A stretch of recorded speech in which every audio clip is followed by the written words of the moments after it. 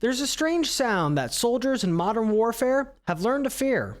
Not the roar of a jet, nor the whistle of an artillery round incoming overhead. A buzzing noise coming from a drone above you in the sky. They're tiny, cheap, and sometimes barely bigger than a dinner plate. And yet, they're capable of hunting down tanks worth millions of dollars. What started as an expensive and awkward military experiment evolved into hobby toys that people raced through forests and abandoned buildings. Then suddenly, those same hobby drones went back to war. Only this time, they weren't controlled by governments with billion-dollar defense contracts. They were being built in garages, modified in basements, and flown by people wearing VR goggles that kind of looked like this. And now, entire militaries are redesigning modern warfare around them. Because the age of the drone isn't coming. It's already here. Before the drone age. The idea of unmanned warfare is actually way older than most people think. Long before FPV drones, before there were quadcopters, and before cameras were small enough to fit in your pocket, militaries were already obsessed with one idea. How do we attack the enemy without risking the pilot? Some of the earliest attempts go all the way back to World War I, where primitive radio-controlled aircraft were tested as flying bombs. Most barely worked. Some crashed instantly. Others lost signal as soon as they disappeared over the horizon.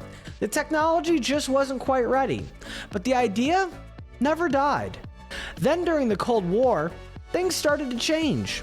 Electronics got smaller, radios improved, and suddenly remote-controlled aircraft became a reality. The United States began experimenting heavily with reconnaissance drones.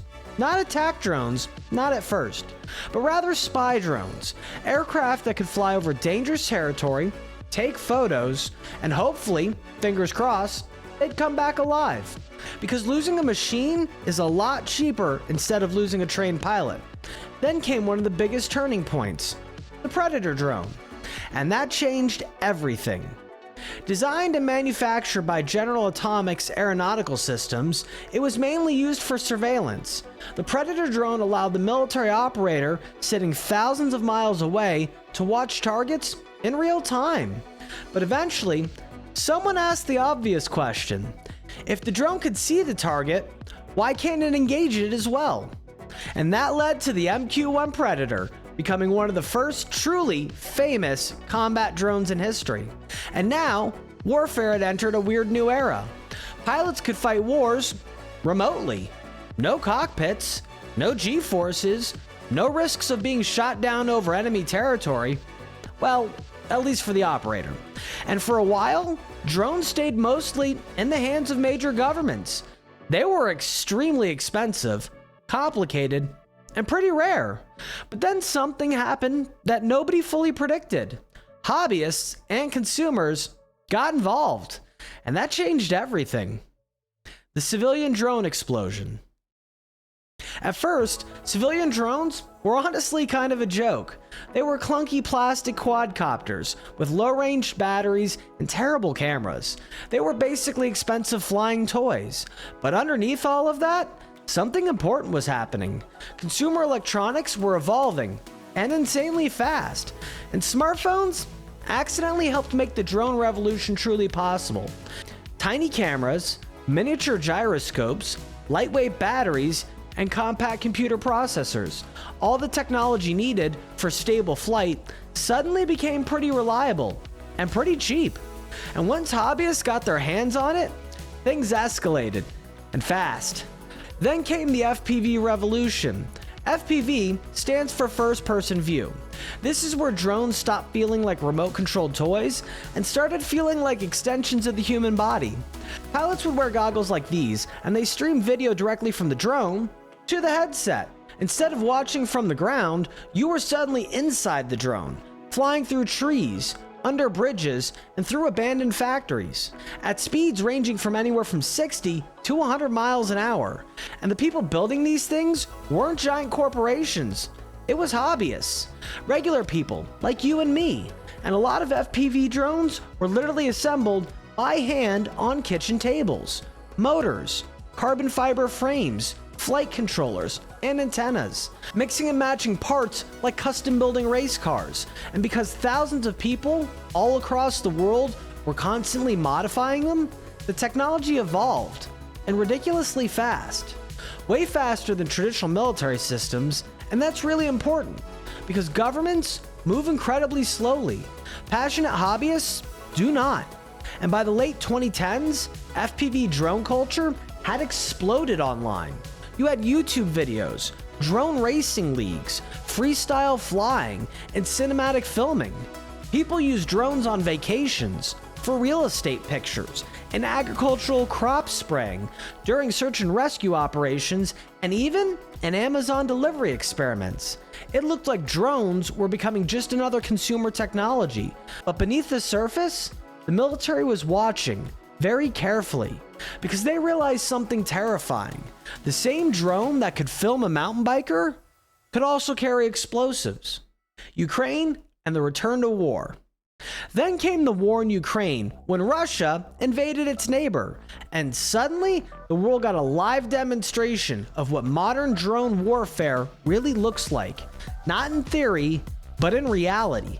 At first, large military drones were used for reconnaissance and strikes, but what shocked people the most was the rise of cheap FPV drones in the battle space.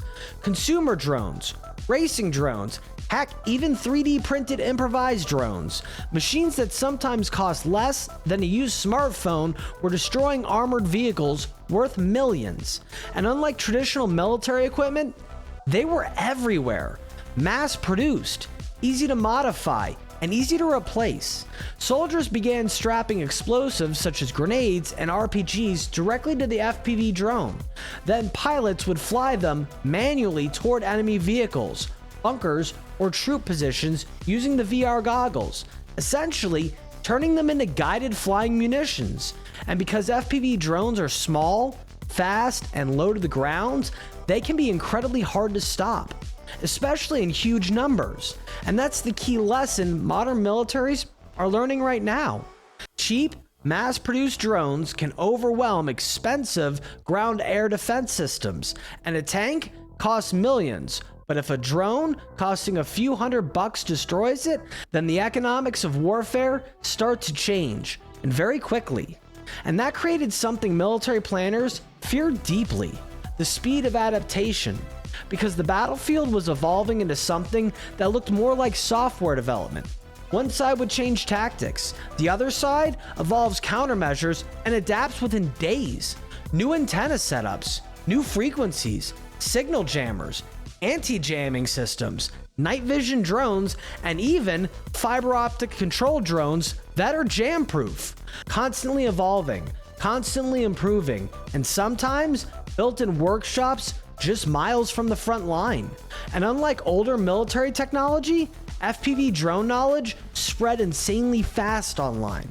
Pilots would share tactics, builders would share modifications, videos would spread globally within hours. For the first time in history, a hobbyist technology had rapidly evolved into one of the defining weapons of modern warfare, and every military on Earth sat up and noticed.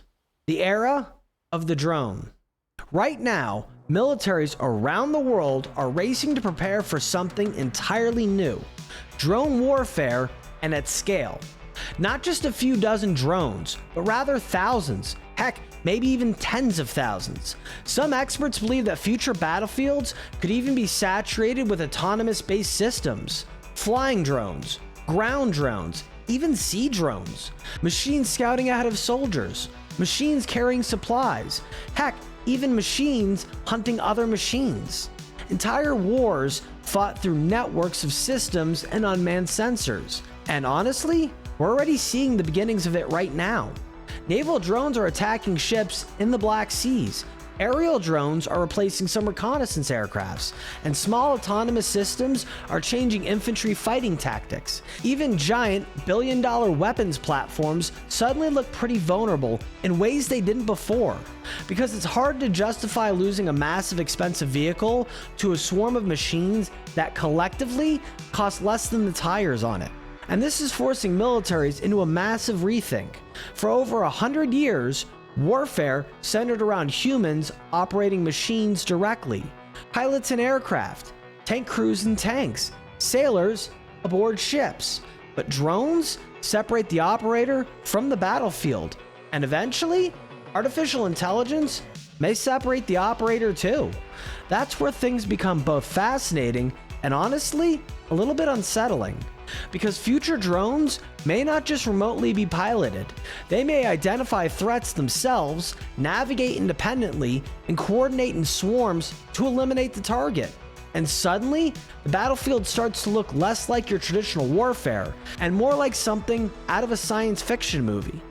Except this is real, and it's happening right now. Which makes drones so important. It isn't just technology itself, it's what it represents. For centuries, military power belonged mostly to nations with massive factories, giant budgets, and advanced industries. But drones changed that equation. Because now, a small cheap machine built from consumer electronics can influence the entire battlefield. That's a massive shift in human history. And honestly, we're probably still seeing the very beginning of its true potential. The same technology used to film weddings, race through forests, or deliver packages has also opened the door to an entirely new era of warfare. The era of the drone. This has been a fun fact with Josh. Thanks for watching, and I'll catch you on the next one.